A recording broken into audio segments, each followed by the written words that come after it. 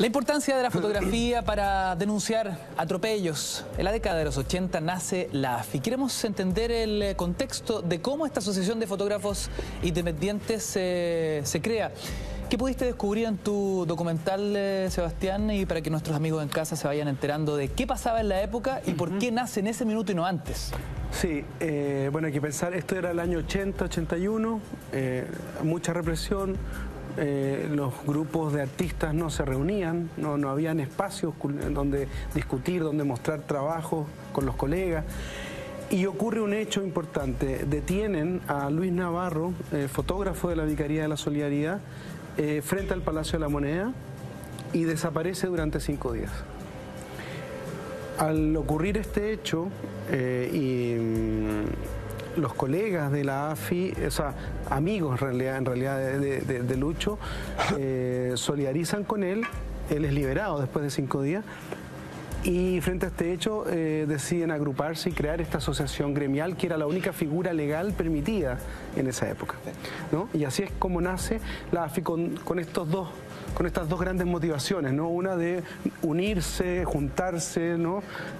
Colegas fotógrafos, y además darse un amparo, como decía Claudio, un amparo legal también. Tenían una credencial. Por ahí en la película me contaba Jorge Yaniszewski, que fue el primer presidente de la AFI, creo, que les decían la Asociación de Fotógrafos de Izquierda, la AFI, ¿no? Y fue, bueno, bajo esa figura que pudieron empezar a también formalizar cierta relación entre ellos, a conocerse, a mostrar trabajo, a exponer, ¿no es cierto? Yo recuerdo de chico haber ido a varias exposiciones de la AFI, obviamente no eran fotografías de represión, eran otros motivos, pero ahí comienza a haber un poco de visibilidad en la época. Sebastián, tenemos justamente un extracto de tu documental, La ciudad de los fotógrafos, que nos permite entender parte del comienzo de esta historia. Miren. Okay. Luis Navarro debía tomar una fotografía de Pinochet entrando al Palacio de la Moneda. En ese momento es detenido y estuvo desaparecido durante 5 días. ¿Por qué? Justamente acá.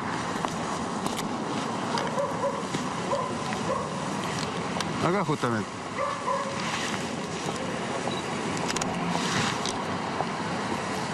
Alcancé a disparar unas 4 o 5 veces. Hasta que siento que me empiezan a tirar y de ahí me detienen.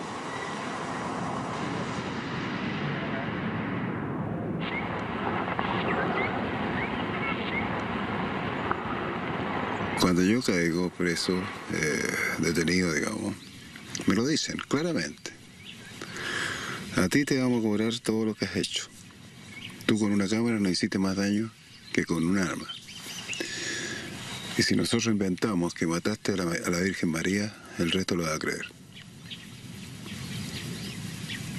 Eso me lo dijeron. Tengo claro. Todavía lo recuerdo. Y actuaron en consecuencia, obviamente. Yo termino, después de ser una persona admirada por todos, por el trabajo que había hecho en la vicaría, termino siendo un paria dentro de la sociedad. Me acusan de soplón, de traidor, de colaborador. De años, ojo, no circunstancialmente, sino que de años. Como que yo habría entrado a la vicaría para hacer un trabajo de soplón. Ahora, es difícil vivir con eso, ¿no? Sobre todo cuando tú tienes conciencia que nunca lo hiciste. No han pasado los años. Yo creo que todo el mundo se dio cuenta que estaba equivocado después. Por lo menos la gente que me interesa a mí. Tuve la fortuna de que un grupo de fotógrafos, que son los que forman la AFI, que me ampararon, me ayudaron y me reconfortaron, ¿no? Es una gente muy, muy, muy valiosa. Siguen siendo mis grandes amigos. Claudio Pérez, la importancia de Lucho Navarro en el arranque de esta historia. Bueno, el testimonio de él, a ver, o sea, yo me recuerdo, yo llegué al país en el año 83, llegué con una credencial falsa, con una acreditación falsa, a presentarme a Dinacos, a Dinaco, y para hacer un trabajo que era en realidad documentar y denunciar la dictadura. Y ahí empiezo a conocer fotógrafos, pero también, o sea, ¿a qué voy? A que el papel de Luis Navarro, como otros tantos, de jugarse la vida, o jugarse el pellejo, o jugársela por estar presente y ser testimonio, un testigo ocular, era muy importante. Y para mí, Lucho Navarro es uno de los grandes valores de esta sobrevivencia. Entonces, el ejemplo de él, de haber documentado, de haber trabajado en la Vicaría de la Solidaridad, o sea, cuando él dice, cuando se paró ahí frente a documentar, a fotografiar a Pinochet, al dictador, yo lo único que querían hacer también era fotografiar a Pinochet. Yo no sabía cómo hacerlo. Yo cuando me dan la credencial de Dinaco, entre comillas los engaño, porque todo esto era falso y me dan la credencial de corresponsal extranjero.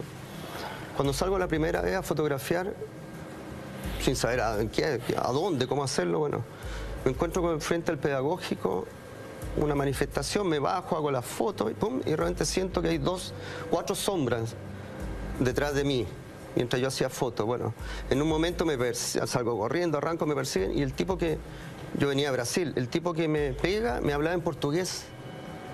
La mujer que me daba la credencial en Dinaco me hablaba en portugués, todos me hablaban en portugués. Una de las cosas que quería era fotografiar a Pinochet. También estuve varias veces frente a él, lo fotografié, pero muchas veces también me persiguieron dentro de la misma, los mismos guardias Pinochet también, dentro de la misma catedral, un TD, uno tenía que andar, bueno, en todos lados, autoprotegido también.